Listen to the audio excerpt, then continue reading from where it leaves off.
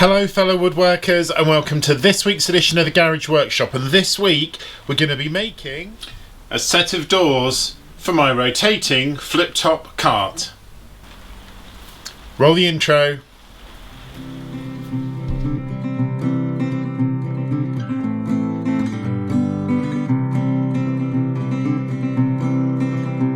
So a few weeks ago on the channel I made this rotating flip top cart which houses my bandsaw and my drill press. So in this week's video I'm going to return to this. I wanted to have a little bit of a break from it to see if I had some very clear ideas on how I wanted to close the front of it in. Now it's pretty straight all the way around. There is a slight gap on this edge between the wood and the frame, so I'm just going to go for some basic shaker style doors. Now obviously one is bigger than the other, so these are going to be sort of bespoke made on either side, and I'm just going to use normal common hinges. No, there's no need for any Euro style hinges or anything on this, because literally it's not going to open and close that often anyway, and the fixing of those would actually be really quite difficult due to the nature of the pillar. So I'm just going to embed the two hinges on either side and just make the door that fits. Obviously I'm going to have to be very careful about the shaker style door. It's going to be absolutely perfect, and I'm going to use the table saw to make it from start to finish, that I've not done before. And when I've made doors previously on this channel, I've always ended up making them not strictly correctly, because they've always have a hole in the top, a bit like the side here. These have got a little hole which I'm also going to plug. So first thing to do, get some measurements and let's start making those shaker style doors.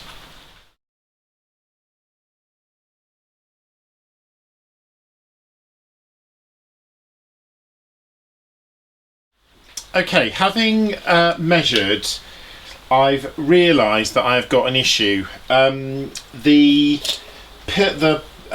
post this side has a lot, hopefully you can see it, has a lot of play in it, and actually the measurement of the top as it stands is 95 centimetres. Now the measurement at the bottom is less, it's about 95.8. So I'm looking at just under a centimetre out between the top and the bottom, but I can push the top out to give me the required width I need, and that then makes it the same measurement as the bottom. And when I look at it, I do think that is slightly, it's coming sort of in slightly. Now I've got two options. I can put a brace here which potentially would keep it at the right angle and keep it pushed out, but a brace wouldn't necessarily interfere with the operation of this coming in and out. It's just not ideal. So the other choice that I've got is a little bit sort of haphazard. What I can do is make the door so that it matches in exactly the right way, but use the tension of the two doors sort of rubbing together to keep that out, if you see what I mean. Otherwise I'm in a position where I'm going to have a door that needs to be a different size at the bottom to the top, and that's going to look ridiculous, and it'll be ridiculous to make. So I'm going to plough ahead as if both measurements are the same, and then when I fitted it I'm just going to use the door, the door staying together to keep that side branched out. Obviously when I'm using it and the door's open, it won't make as much of a difference, but not an ideal circumstance. But you know, it's woodworking, it's amateur woodworking. You're going to get these little problems that you have to work your way around. So now I've got my measurement, I'm going to start calculating the size of the doors. Okay, so to make the edge of the shaker style doors, I've got this plain smooth timber which is 44mm wide by 18mm deep. I just got it from the local big box store. Now these strips I've used on quite a few projects in the workshop. They're made from, I think it's Norwegian spruce. It's definitely spruce. They're not very hard. It's very soft wood, and the only thing you do have to be careful about it is I do find from time to time there's quite a high moisture content in them. So I find the best thing to do is really cut them down. If you leave them lying around for a while, they do sort of tend to bow. They either dry out, or, you know, if you leave them lying around the workshop. So I've got my measurements. I'm just going to measure and cut the strips I need for the right hand side door. I'm going to make that door first, see how it looks when I offer it up, and then I'll make the other door from it. I'm not as confident with the measurements on the opposite side door. I think they're a little bit out, so I want to make this door because I know it's sort of level first. So I'm just going to run it through the mitre saw now, get it all down to the right size, and then we'll start putting the groove in for the MDF. And I think I want this to be quite rigid, so I'm probably going to use, if I've got enough, I'm going to use some 6mm MDF as the sort of inside of the door. But first thing to do is cut this wood down now.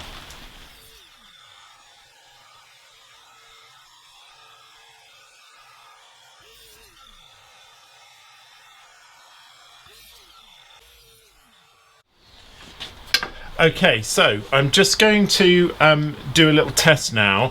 I've got a little strip, an offcut of the wood that I'm going to use, and I'm just going to run it through. And what I'm going to do is use the same principle that I saw recently on a Stumpy Nuts video. Basically, I'm just going to put it through, and I'm only going to use the width of the kerf of the blade.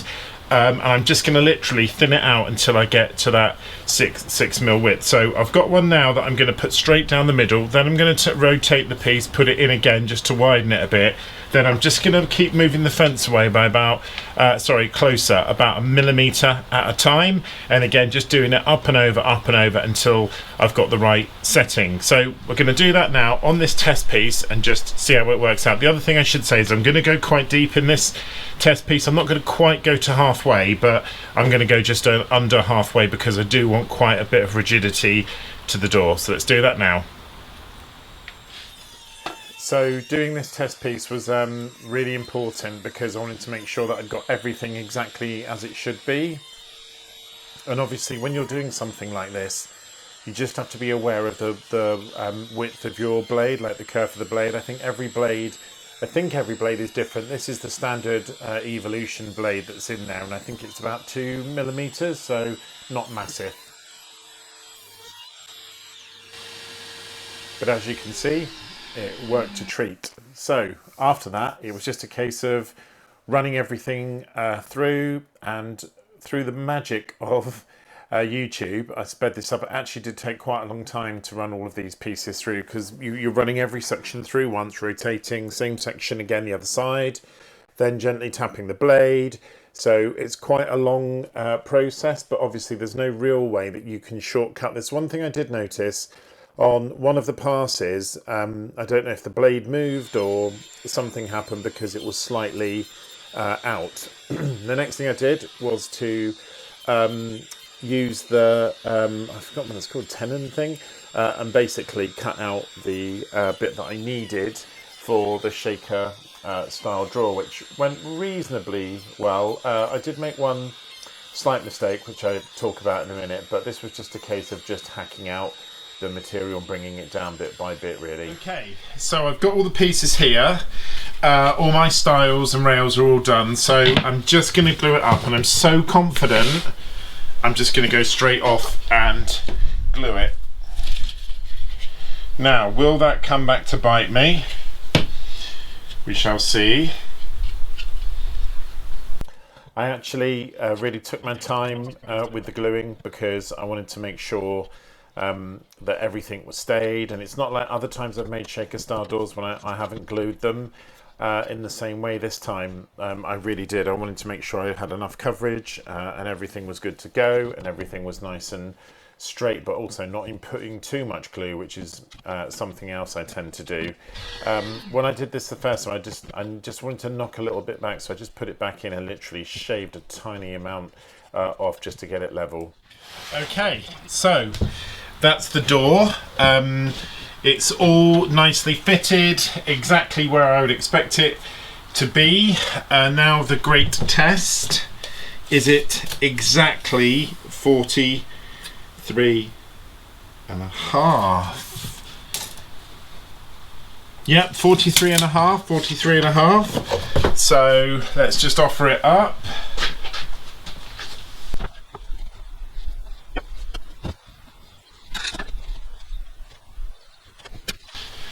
Okay, so I've just tested it. The door fits perfectly, so I'm going to get some glue on it now and leave it to dry overnight. So these are the pipe clamps with the Bessie heads, which I mentioned. I think it was in my January blog. Really nice setup. It's got a lot of strength in the clamping power. And I just used these these giant Parkside ones. I've actually only used them a couple of times on projects, but they're really, really strong. And obviously then I left it overnight, and then when I came back the next day, it was nice and solidly dried, and the door had remained very level, obviously because of both sets of the clamps being in the same way. Now obviously I haven't gone through and shown you all this again, but this is the second door, and I went through exactly the same process that I did for the first one. Obviously if I'd have included all that, you'd have been here all night watching it, but it was exactly the same process. Did the same thing, hooked it up, and then got it dry. Okay, so I've been having a think about the hinges, and I've decided to use some of these. I think they're called nano magnets, but these, you can buy them all over the internet. These ones I actually got from Parkside. So I've just put them on the four corners, and I've also put them on the door panel, and I'm now going to check and see if they're strong enough, because this door is very lightweight. So I'm going to see if those magnets, those four magnets, are strong enough to hold that door on.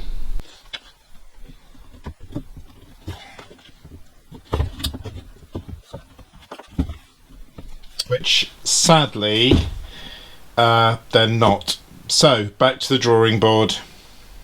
Okay, so I'm going to go back to the hinges plan. I've just cut a little strip of wood that was actually an offcut from one of these pieces, just to sort of try and level it up a bit, because obviously when I put the hinges in there's quite a big gap. So this is sort of more of a packer than anything else. So I'm going to glue it, put it on, then I'm going to fix the hinges onto the door, and then we'll attach it to the unit.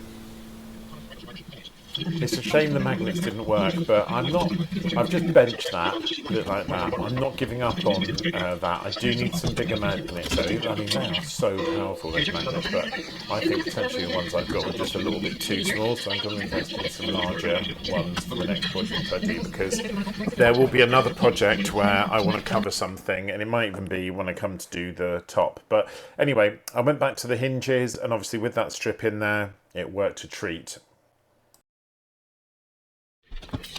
Obviously by the time I'd done that, the second drawer had dried, and it was nice and level, the same as the other one, so I was ready to start with the hinges. Exactly the same process. This one I didn't sink the hinges in on this one.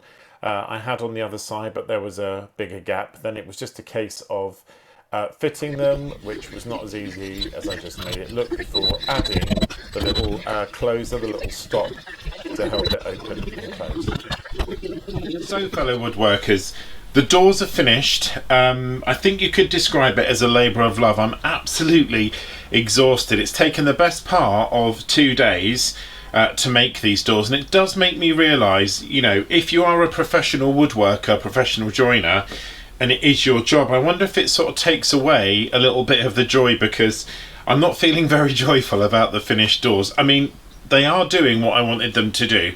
So I designed them to cover this gap here, which they do. And I put this little temporary sort of closer in because I want to think a little bit about that. But they just highlight how wonky the cabinet the flip top cart was to start with, which surprises me because the measurements don't show it being out that much. But as you can see from the gap in the bottom, it does gradually go in, yet both of these are pretty much exactly level, which is quite bizarre. I don't really mind about that gap because it's not really going to be on show, to be honest with you. It's going to be in the back of the workshop, and they look all right. They're not brilliant, but they look all right. So I am happy with that. But it was a very difficult build. I found myself having to work around different things that came up, and to be honest with you, I would have liked them to have been a little bit neater. It's a shame the magnets didn't work, because that would have been a really good solution. And actually, the next time I do build something like this, I'm going to go for bigger industrial magnets, because I think it's a great way of using them. But it is finished, and it does solve the problem of the horrible gap. So if this is your first time on the channel, some of the videos go a lot better than this, trust me. If this is your first time, please can I ask you to subscribe, like and comment. If you are a regular viewer, thank you so much for watching this. I've got no idea how long this video is by the time you get to this point. I'll try and cut some of it down, but it's literally taken 2 days to make these doors. So if you are a regular subscriber and a regular viewer, please can I ask you to like and comment as well. I hope you have a fantastic week. I'll catch you on next week's edition of the Garage Workshop. Take care, fellow woodworkers.